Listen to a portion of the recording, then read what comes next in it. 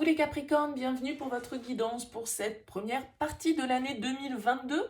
On va regarder ensemble les énergies grâce aux oracles. J'ai choisi d'utiliser très peu les tarots pour ce tirage. On est sur une durée de 6 mois, sur un signe astro, donc voilà, pas rentrer dans des prédictions, des prévisions. Hein. Vous savez, pour ceux qui me suivent, que c'est pas forcément mon domaine et voilà, je préfère voir les choses de manière un petit peu plus large.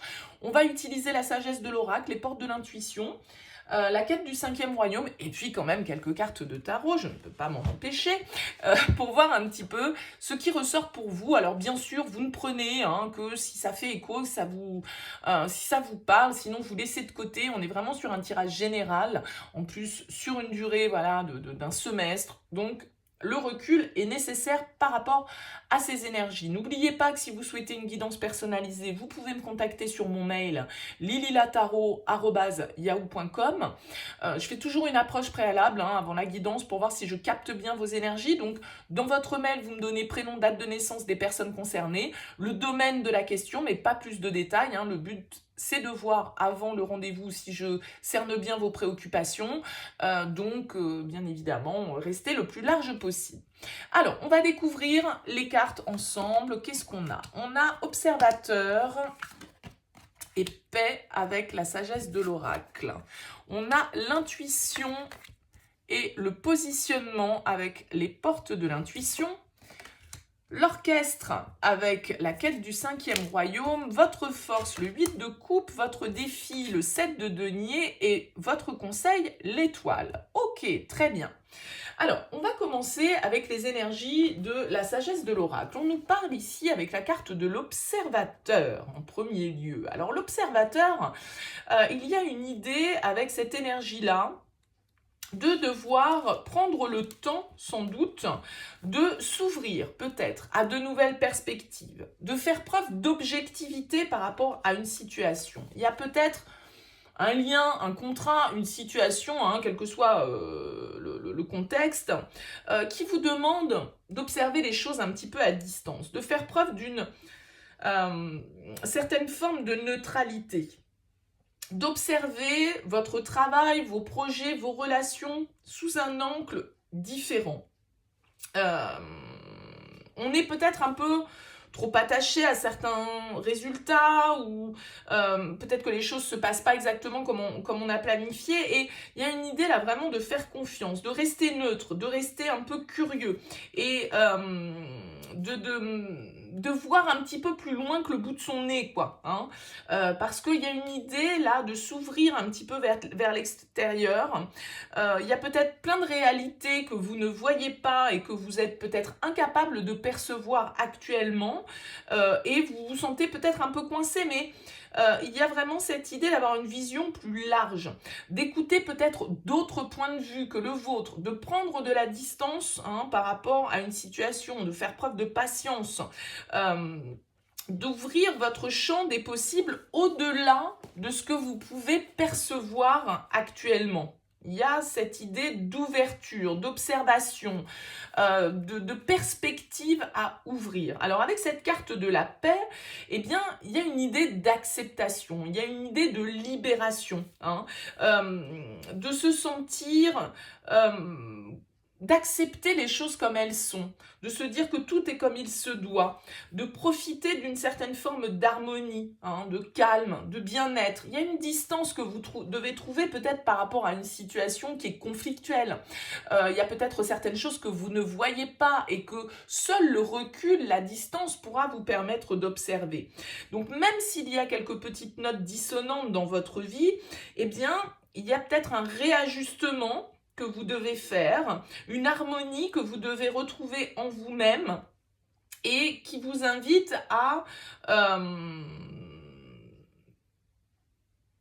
changer votre vision quand même un petit peu. Changer votre manière de voir les choses.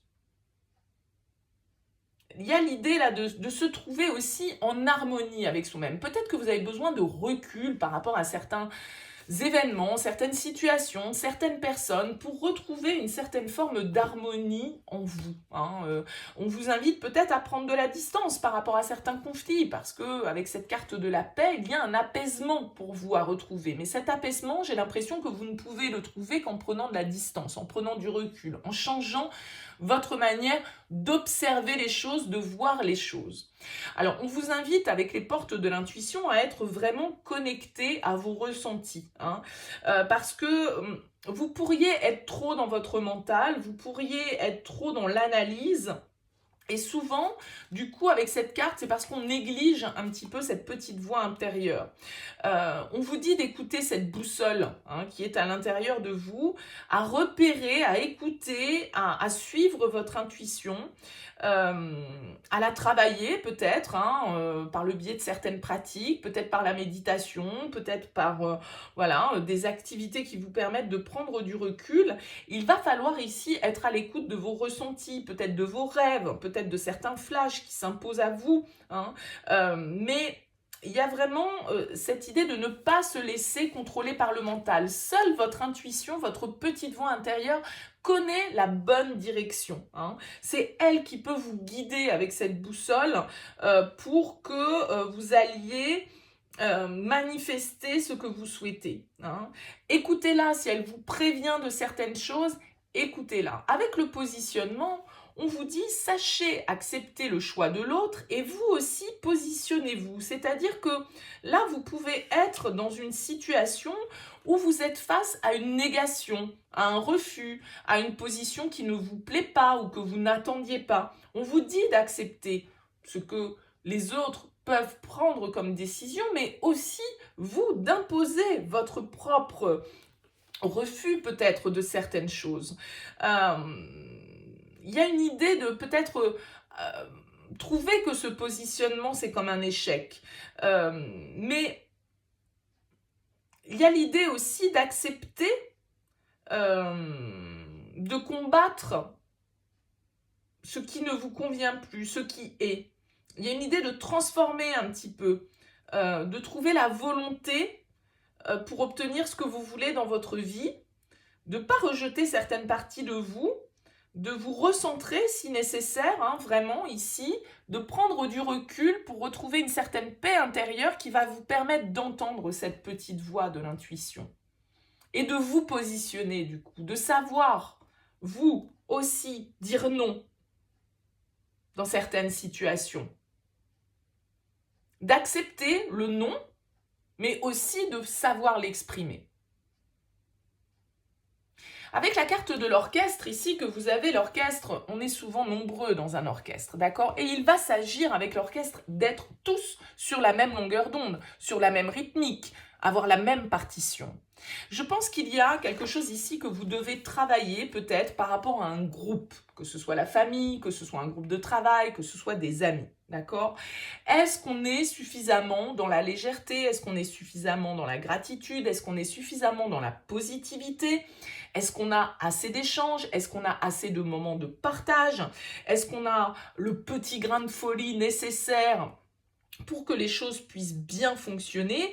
Il va s'agir ici vraiment soit dans cet orchestre, tout le monde a sa place, tout le monde participe en fait à la construction de ce concert, de cette symphonie. Vous voyez ce que je veux dire?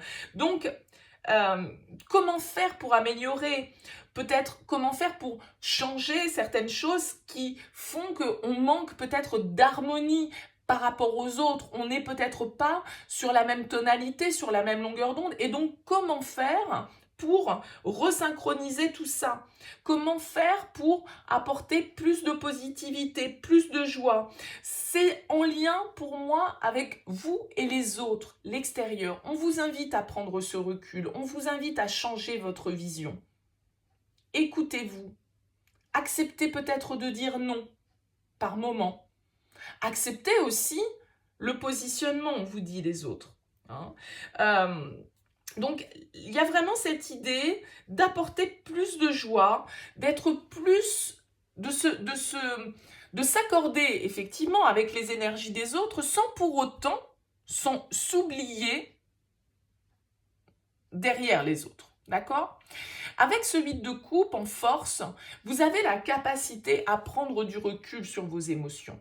Vous avez la capacité à aller de l'avant, à tourner le dos peut-être à certaines illusions, à certaines situations un peu troubles, un peu décevantes, en tout cas qui ne vous apportent plus émotionnellement ce qui vous satisfait.